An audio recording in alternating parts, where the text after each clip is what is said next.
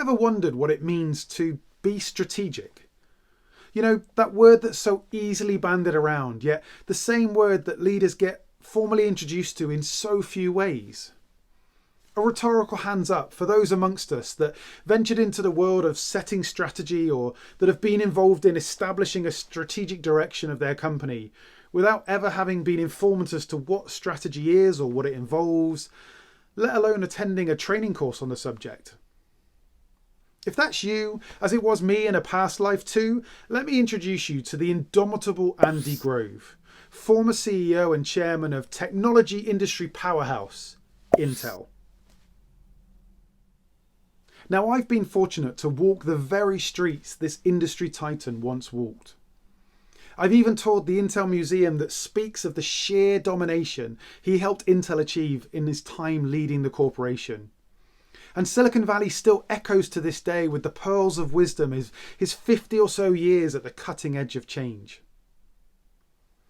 Born Andrasis van Groff, he escaped the communist rule of his native country, the Hungarian People's Republic, emigrating to the United States in 1956.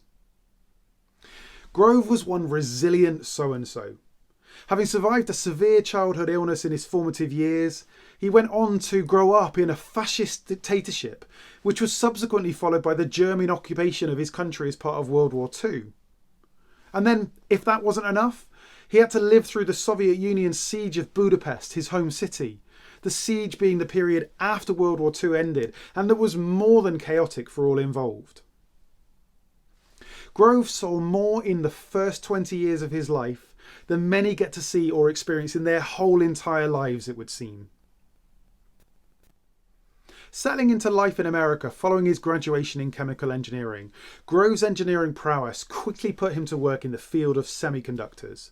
A fledgling industry at the time, but one that dominates all of our lives today and which is central to the technology we use in almost all aspects of our lives.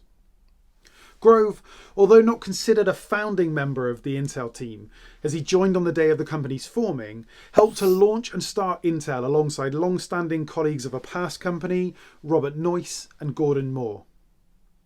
Officially classified employee number 3, he went on to become CEO number 3 when he eventually took to the helm of the company in 1987, some 20 years after the original incorporation of the company. To say Grove transformed Intel during his time leading the organisation is an understatement. In the little over a decade that Grove led the company as CEO, and through the 5 or so years that he remained chairman thereafter, he took annual company revenues from $2 billion to $26 billion. He took annual profits from $250 million to a staggering $6 billion, and shareholder value from $4 billion to a whopping $115 billion. It's little wonder that in his time, Intel was considered on all sides of the globe as the most valuable manufacturing company in the world. More important perhaps than revenue, profits or shareholder value might be the strategic decision Grove was central to in pivoting Intel away from the manufacturing of computer memory and into becoming one of the world's most dominant parties in manufacturing microchips. Grove may not have been the sole decision maker in this instrumental move, but under his charge, the company became a household name as it forged its way forward through its iconic Intel Inside branding and ushering in the suite of Pentium processors. Grove is a golden boy of Silicon Valley. There when it was a mere shadow of what it represents today, and in many ways he can be attributed with much of what followed as a result of his leadership at Intel during a defining era for the region. Named Person of the Year by Time magazine in 1997, the same year he was named Technology Leader of the Year and CEO of the Year by other premium press publications. His subsequent list of accolades covers everything from being recognised by Wharton Business School as the most influential person of the last 25 years in 2004, to being inducted into the California Hall of Fame in 2009 by none other than the Terminator himself, Governor Schwarzenegger. Gaining various other accolades over the years and industry recognitions, it's perhaps his Engineering Lifetime Achievement Award and his IEEE Medal of Honor that was awarded in 2000 and 2001 respectively, rank among those most notable for Grove and his field of influence. As if running one of the world's largest and most recognised companies wasn't enough during most of the 80s, 90s and 2000s, Grove also buried himself in authoring a range of books that shared his leadership and management philosophies with the wider world. And it's his 1997 work, Only the Paranoid Survive, that we dive into in this subject of strategic leadership as part of this final episode of this first series of Masterclass. At the heart of this modern day masterpiece sits a strategic gem that I, amongst many other leaders, have no doubt used to guide and shape their strategic action. Centred around the crisis points that all organisations face at some point in their life cycle, Grove introduces us to the notion of the strategic inflection point, a brief moment in time that, if timed right, enables a company to go on to achieve exponential growth. But if ignored, nor valued, or fundamentally missed, can be the very thing that, in a worst case scenario, leads to the eventual collapse of a company altogether. Grove's strategic inflection point is what leadership is all about. Breaking things. Yes, leadership is about fancy things like setting impressive and ambitious missions and goals, and important things like looking after people. But it's also about change. And this model exposes perfectly the importance of change in a world that sometimes prefers continuity. Playing on the old adage of, if it ain't broke, don't fix it. Here we're actively encouraged to break things. If it ain't broke, break it anyway, as soon enough someone else will break it if you don't. And it's true. The world is littered with once famous companies who somehow lost their way and found themselves a shell of themselves, or worse, out of business altogether. The tech industry in particular is one of the best at fulfilling this negative cycle.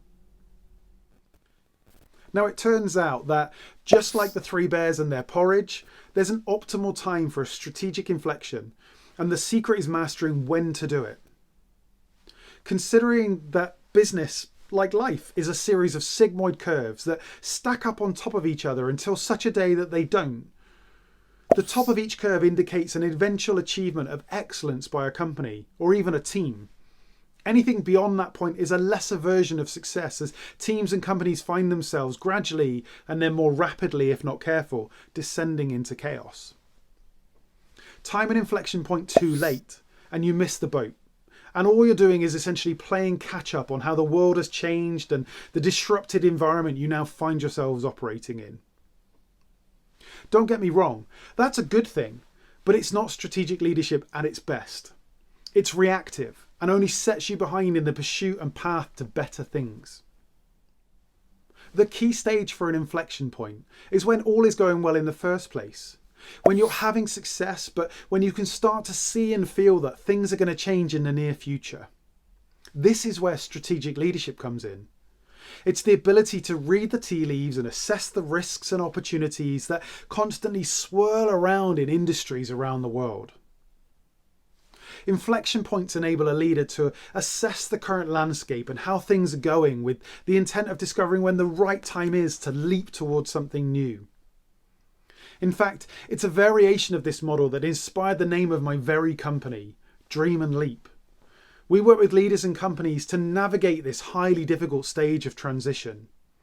Dream of the future you want, now be brave enough to leap towards it. A strategic inflection point is the optimal point from which to launch towards something new. Be it a pivot into a new field, like Intel did in transitioning away from memory to microchips, or how modern companies like Apple and Netflix have adjusted in similar ways. Apple was a computer hardware and software company, yet today, while still retaining its roots in hardware and software, touches everything from film content to finance.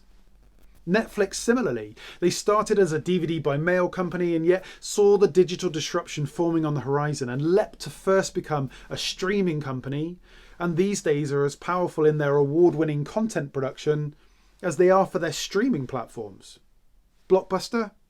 Not so much. Strategic leadership requires a leader to assess, interpret, and correctly read the changes that are taking place in the environment in which a company exists, and act to move the company to a place more akin to where things are heading. In addition, they competently and courageously lead the organisation through the resultant period of chaos that follows as transitions and transformation occur in making the new future a reality. As the title of Grove's book says, only the paranoid survive. What he means by this is success breeds complacency. Complacency breeds failure. Literally, only the paranoid survive. And how true that is. As Grove spells out in the book, you can be the subject of an inflection point, or you can be the instigator of an inflection point. Either way, change is happening, and you can either be the disruptor or the disrupted. It's your job as leader to guide the organisation out of harm's way and to a place that your company can prosper in the newly forming order. And all of this brings me to the question of what to do with this massively effective and hugely powerful model. Well, if it's not clear already, it's about asking yourself timely questions. Questions like, where do I believe my company is on the curve today? What does the horizon look like in our industry? What threats or opportunities lie around the corner that have potential to disrupt us? Is my perception the same as those in a team and the wider business? When is the right time to shake things up? Are we at risk of complacency kicking in? And my absolute favourite question to ask leaders and companies, are we the disruptor or are we the disrupted? This is a straightforward model, but it's one that can shape the very future of a company should a leader allow it to be of use. Either way, your future's being decided whether you're the one driving that future or simply reacting to it. The inflection point gives a leader a greater chance of being the one that comes out of it the strongest. As usual, there's more on Andy Grove in the comments section below, and if you feel like exploring other great leaders or great leadership models, please feel free to check out other episodes that we've already covered in this inaugural series of Masterclass. This draws this current series to a close, but I'm sure we'll be back with more shortly. Thank you.